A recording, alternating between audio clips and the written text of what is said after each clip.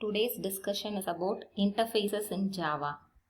The outline, what we are going to learn about the interfaces are how we are going to define an interface, how the interface gets implemented, and how you can access the interface variable, how can an interface be extended, and what is the difference between class and interface.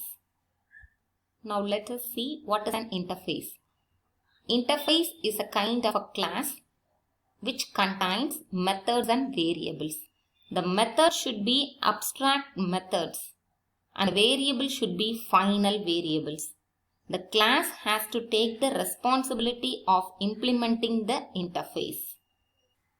When we say that the method is abstract, it means we are going to have only the definition of the methods inside the interface, and we are not going to have any associated code of that particular method. That is, மெத்தடுன்னு ஒன்று இருக்க போது அந்த மெத்தடுக்குள்ளே இருக்கக்கூடிய coding part, அந்த definitions மட்டும்தான் நான் வச்சுக்க போகிறேன். உள்ளே இருக்கக்கூடிய கோடிங் பார்ட்ஸ் எதுவுமே நான் டிக்ளேர் பண்ணணுன்ற அவசியம் இல்லாதது தான் என்னன்னு சொல்கிறோம் அப்படின்னா அப்ஸ்ட்ராக்ட் மெத்தட்ஸ்ன்னு சொல்கிறோம். ஸோ இன்டர்ஃபேஸ் எப்படி இருக்க போகுதுன்னா அது கிளாஸ் மாதிரியே இருக்க போகுது. அதுக்குள்ளே you are going to have some methods, you are going to have some variables. அந்த மெத்தட் எப்படி இருக்கணுன்றதுக்கு தான் அந்த அப்ஸ்ட்ராக்ட்னு சொன்னது. வேரியபிள் எப்படி இருக்கணும் அப்படின்னா கண்டிப்பாக it should be a final variable. ஃபைனல்னா என்ன அர்த்தம் அப்படின்னா கான்ஸ்டன்ஸாக தான் இருக்கணும். நான் ஜென்ரலாக ஒரு சிம்பிள் வேரியபிள் கிரியேட் பண்ணிவிட்டு அதை அப்படியே இன்டர்ஃபேஸில் யூஸ் பண்ண முடியுமானா முடியாது. I can use only the variables which is of type constant. So கண்டிப்பான முறையில் ஒரு வேரியபிள் ஈக்குவல் டு சம் வேல்யூன்னு நான் முதையே இனிஷியலைஸ் பண்ணுற மாதிரியாக இருக்கக்கூடிய வேரியபிளை தான் நான் கான்ஸ்டன்ட்னு சொல்லுவேன். அதைத்தான் நான் என்ன பண்ணிக்க முடியும், இன்டர்ஃபேஸுக்குள்ளே வச்சுக்க முடியும். கிளாஸ் அந்த ரெஸ்பான்சிபிலிட்டி எடுத்துக்குதுன்னு சொன்னால் அதுக்கு என்ன அர்த்தம், கிளாஸில் வச்சு தான் நான் இந்த இன்டர்ஃபேஸை இம்ப்ளிமெண்ட் பண்ணி நான் யூஸ் பண்ண முடியும்னு அர்த்தம். இன்டர்ஃபேஸ்ன்றது ஒரு ஸ்கெலிட்டன் மாதிரி, அது ஒரு அவுட்லுக்கை மட்டும்தான் கொடுக்கும். அந்த அவுட்லுக்கை எனக்கு தேவைப்படுற கிளாஸில் வச்சு இம்ப்ளிமெண்ட்ஸ்ன்ற வேர்டை வச்சு நான் இன்டர்ஃபேஸை உள்ள கிளாஸுக்குள்ளே இம்ப்ளிமெண்ட் பண்ணிவிட்டு அந்த பர்டிகுலர் கிளாஸில் தான் இந்த அப்ஸ்ட்ராக்ட் மெத்தட் எழுதியிருக்கும்ல இன்டர்ஃபேஸில், அந்த மெத்தடை நம்ம என்ன பண்ணணும், கோடிங்கை என்ஹான்ஸ் பண்ணி உள்ளே use பண்ணிக்கிடணும். Here is the syntax of creating an interface. The keyword interface கண்டிப்பாக இருக்கணும். இன்டர்ஃபேஸ் நேம்ன்றது யூசர் டிஃபைன்டு ஜாவா வேரியபிளாக இருக்கணும். இந்த ஜாவா வேரியபிள், இந்த இன்டர்ஃபேஸ் நேமை நான் என்ன யூஸ் பண்ணிக்கிடலாம் அப்படின்னா நேமிங் கன்வென்ஷன்ஸ் படி யூஸ் பண்ணணும். இங்கே அப்பர் கேமல் கேஸ் தான் கொடுத்துருக்கு எக்ஸாம்பிளுக்கு. இதே மாதிரி ஒரு இன்டர்ஃபேஸுக்கு ஒரு நேம் நம்ம வைக்கணும். You have to start a curly bracket, you have to end with a curly bracket. உள்ள நான் என்ன கொடுத்துருக்கேன், just variable declaration and method declarations மட்டும்தான் இங்கே இருக்கணும் இந்த பர்டிகுலர் இன்டர்ஃபேஸில். So the variable should be கண்டிப்பாக it should have the keyword static final. எப்படி இருக்கும் அந்த ஃபார்ம் ஜென்ரல் ஸ்ட்ரக்சர் எப்படி இருக்கும் அப்படின்னா ஸ்டாட்டிக் ஃபைனல்.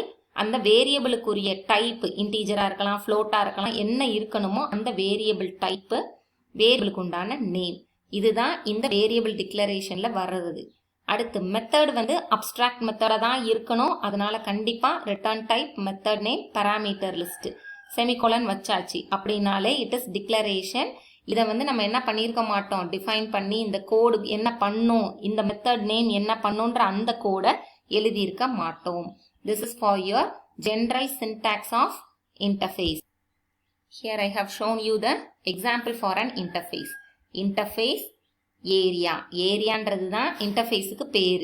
இதை எப்படி இது பண்ணியிருக்கோம், opening curly bracket, closing curly bracket, உள்ள you can have variable declaration and method declaration. Here I have declared a variable called pi. பைக்குரிய வேல்யூ எல்லாருக்குமே தெரியும், டிஃபால்ட்டாக 3.142 இருக்கணும்னு. ஸோ இதை நம்ம கான்ஸ்டண்ட்டாக டிக்ளேர் பண்ணணும்னா static final float pi is equal to 3.142f கொடுத்துருக்கேன். இது கான்ஸ்டண்ட்டாக வச்சுக்கக்கூடிய ஒரு வேரியபிள் டிக்ளரேஷன். அடுத்து I have declared a function called compute. அதுவும் என்னவா தான் வச்சுருக்கேன், மெத்தட் அப்ஸ்ட்ராக்டாக இருக்கணும். ஸோ செமிகோலன் போட்டு இந்த மெத்தடை முடிச்சாச்சு.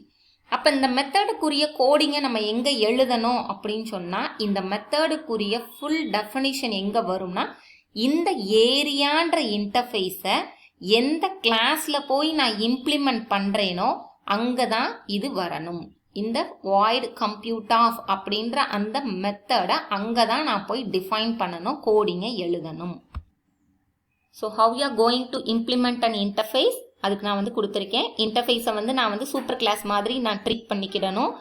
இதை கிளாஸ் வந்து இன்ஹெரிட் பண்ணி தான் யூஸ் பண்ணணும், அதை அப்போ இம்ப்ளிமெண்ட் நான் பண்ணணும்னு அர்த்தம். ஸோ அதுக்கு இம்ப்ளிமெண்ட் பண்ணுறதுக்குரிய அந்த கீவேர்டு தான் வந்து implements. So the class, it inherits the properties of interface with the help of implements keyword. Implements என்ற keyword வந்துருச்சு அப்படின்னு சொன்னா நான் இன்டர்ஃபேஸ் உடைய பேரை தான் நான் கொடுக்க முடியும். அடுத்த பாயிண்ட் என்ன எழுதியிருக்கோம்? A class could extend another class. So ஒரு கிளாஸ்ல இருந்து I can extend another class or I can implement any number of interfaces. நான் என்ன பண்ணிக்கிடலாம்? எக்ஸ்டெண்டுன்னு சொல்கிறப்ப இன்ஹெரிட்டன்ட் கான்செப்ட் உள்ளே வந்துடும். இம்ப்ளிமெண்ட்டுன்னு சொல்கிறப்ப இன்டர்ஃபேஸை நான் உள்ளே இம்ப்ளிமெண்ட் பண்ணிடுவேன். ஸோ இப்போ மேலே நான் கொடுத்த மாதிரி ஒரு கிளாஸ் வந்து இன்னொரு கிளாஸை எக்ஸ்டெண்ட் பண்ணுற மாதிரியும் இல்லை ஒரு இன்டர்ஃபேஸை இம்ப்ளிமெண்ட் பண்ணுற மாதிரியும் இருக்கிறதுனால இந்த அபோவ் ப்ராப்பர்ட்டி வந்து எனக்கு எதுக்கு ஹெல்ப் பண்ண போகுது அப்படின்னு சொன்னால் மல்டிபிள் இன்ஹெரிட்டன்ஸை சப்போர்ட் பண்ணுறதுக்கு ஹெல்ப் பண்ண போகுது. So this helps the interface to make a class having the concept of multiple inheritance. இந்த இன்டர்ஃபேஸ் தான் எதுக்கு ஹெல்ப் பண்ண போகுது? ஒரு கிளாஸுக்குரிய மல்டிபிள் இன்ஹெரிட்டன்ஸை என்னால் யூஸ் பண்ணுறதுக்கு இந்த இன்டர்ஃபேஸ் தான் ஹெல்ப் பண்ண போகுது. ஸோ ஒரு இன்டர்ஃபேஸை எப்படியெல்லாம் இம்ப்ளிமெண்ட் பண்ணலான்றதுக்கு இந்த ஸ்லைடில் எக்ஸாம்பிள்ஸ் இருக்குது. Various form of interface implementation. So first figure A எதை வந்து சொல்ல போகுது அப்படின்னா, இது ஏன்றது வந்து இட் இஸ் அன் இன்டர்ஃபேஸ், பீன்றது ஒரு கிளாஸ், சீன்றது ஒரு கிளாஸ். அப்போ இந்த டயக்ராமில் you are having 2 classes and 1 interface. இந்த இன்டர்ஃபேஸ் ஏவை பீன்ற கிளாஸ் மட்டும்தான் இம்ப்ளிமெண்ட் பண்ணியிருக்கு, அதனால இங்கே ஒரு ஆரோ போட்டிருக்கு.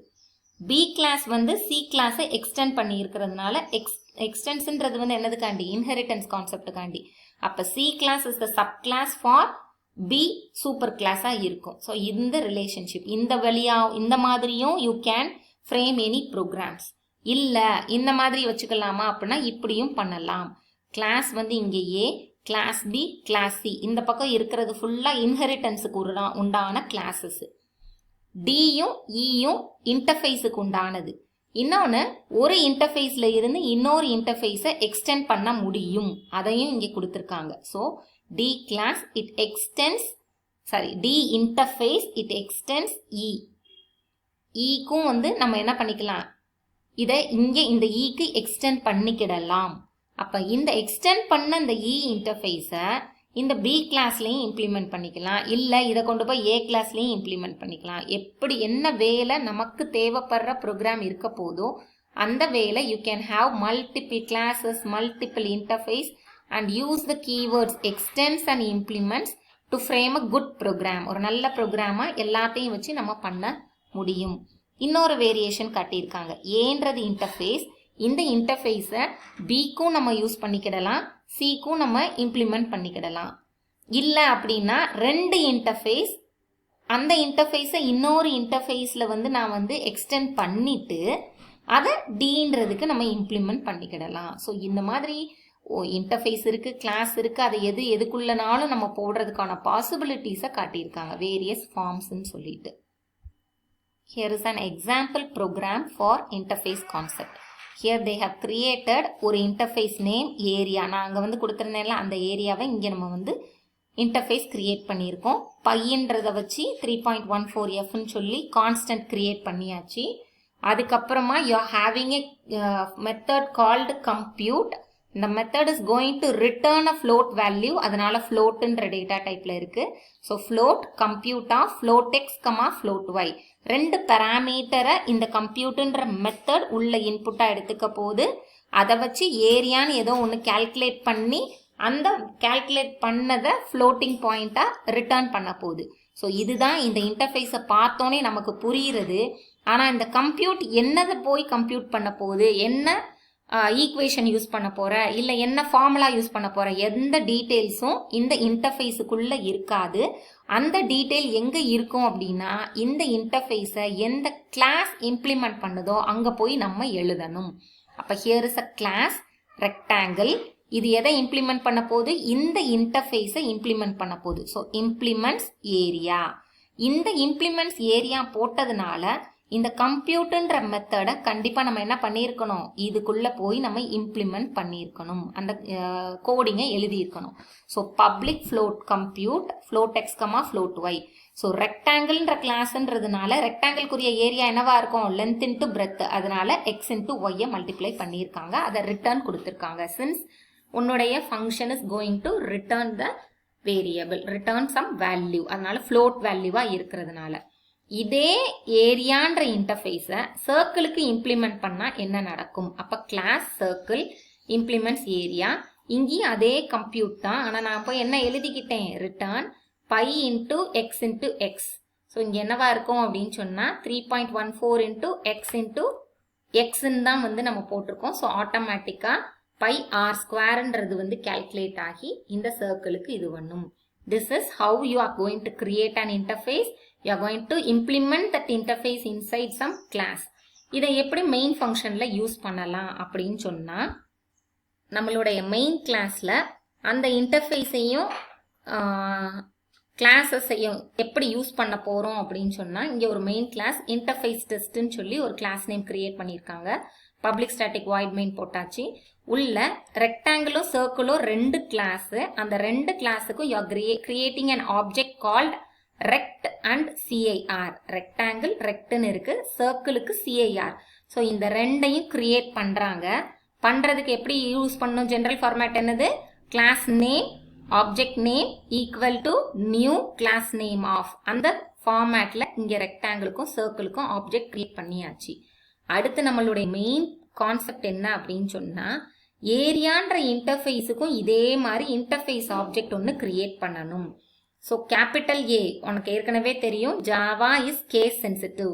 So this area is different from this area. So இந்த ஏரியான்றதுல ஏ கேப்ஸ் இருக்கு, இங்கே ஸ்மால் இருக்கு. So both are different. Here this is the interface name, this is the object name. இப்போ கம்ப்யூட்டர் நான் கால் பண்ணணும். அப்போ அந்த கம்ப்யூட்டர் கால் பண்ணால் அது எப்படி ரெக்டாங்கிள் கிளாஸில் இருக்கக்கூடிய கம்ப்யூட்டர் கால் பண்ணி ஆன்சர் கண்டுபிடிக்கும்? இன்னொன்று என்னது? Circle class. ஸோ சர்க்கிள் கிளாஸ்க்குள்ளே இருக்கக்கூடிய கம்ப்யூட்டர் எப்படி கால் பண்ணும் அப்படின்னு சொன்னால், இந்த இன்டர்ஃபேஸ் ஆப்ஜெக்ட் எதை பாயிண்ட் பண்ணுதோ அதை வச்சு இந்த கம்ப்யூட் மெத்தட் கால் ஆகும். ஸோ இங்கே நான் என்ன பண்ணியிருக்கேன்னா, ஏரியா ஈக்குவல் டு ரெக்டாங்கிள். அப்போ இந்த பர்டிகுலர் இன்டர்ஃபேஸ் ஆப்ஜெக்ட் வந்து எதை ரெஃபர் பண்ணுது? ரெக்டாங்கிளுக்குரிய ஆப்ஜெக்டை ரெஃபர் பண்ணுது.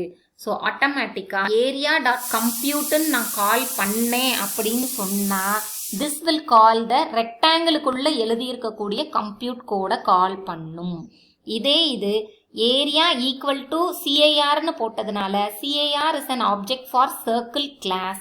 அதனால ஏரியா டாட் கம்ப்யூட்டுன்னு இங்கே நம்ம கால் பண்ணுறது, இது போய் சர்க்கிள்ன்ற கிளாஸுக்குள்ளே இருக்கக்கூடிய கம்ப்யூட் மெத்தடை கால் பண்ணும். ஸோ ஆட்டோமேட்டிக்காக இப்படித்தான் உன்னால் இன்டர்ஃபேஸில் இருக்கக்கூடிய மெத்தட்ஸை கால் பண்ண முடியும். டைரக்டாக நீ என்ன பண்ண முடியாது? Rectangle dot compute circle dot கம்ப்யூட்னு உன்னால் கால் பண்ணவே முடியாது. You have to create an object for your interface and use it. சரியா? ஸோ இங்கே என்ன ஆன்சர் வரும் அப்படின்னா, ஏரியா டாட் கம்ப்யூட் ஆஃப் 10,20ன்னு கொடுத்ததுனால இது ரெக்டாங்கிள் கிளாஸை பாயிண்ட் பண்ணும். ஸோ ரெக்டாங்கிள்குரிய ஏரியாவில் அங்கே ஃபார்முலா என்ன எழுதியிருந்தோம்? எக்ஸ் இன்ட்டு ஒய்ன்னு எழுதியிருந்தோம். எக்ஸினுடைய வேல்யூ 10, ஒய்யினுடைய value 20. So 10 into 20 200. So the output is area of rectangle is equal to 200. சர்க்கிளுக்கு வந்து 10,0ன்னு கொடுத்துருக்காங்க. அதனால 6 மட்டும்தான் நம்ம ஆக்சுவலாக வச்சுக்க போகிறோம் எக்ஸுன்ற வேரியபிளில். So pi into x into x. So 10 into 10 into 3.14 will give you the answer 314. So this will be the example for your interface program.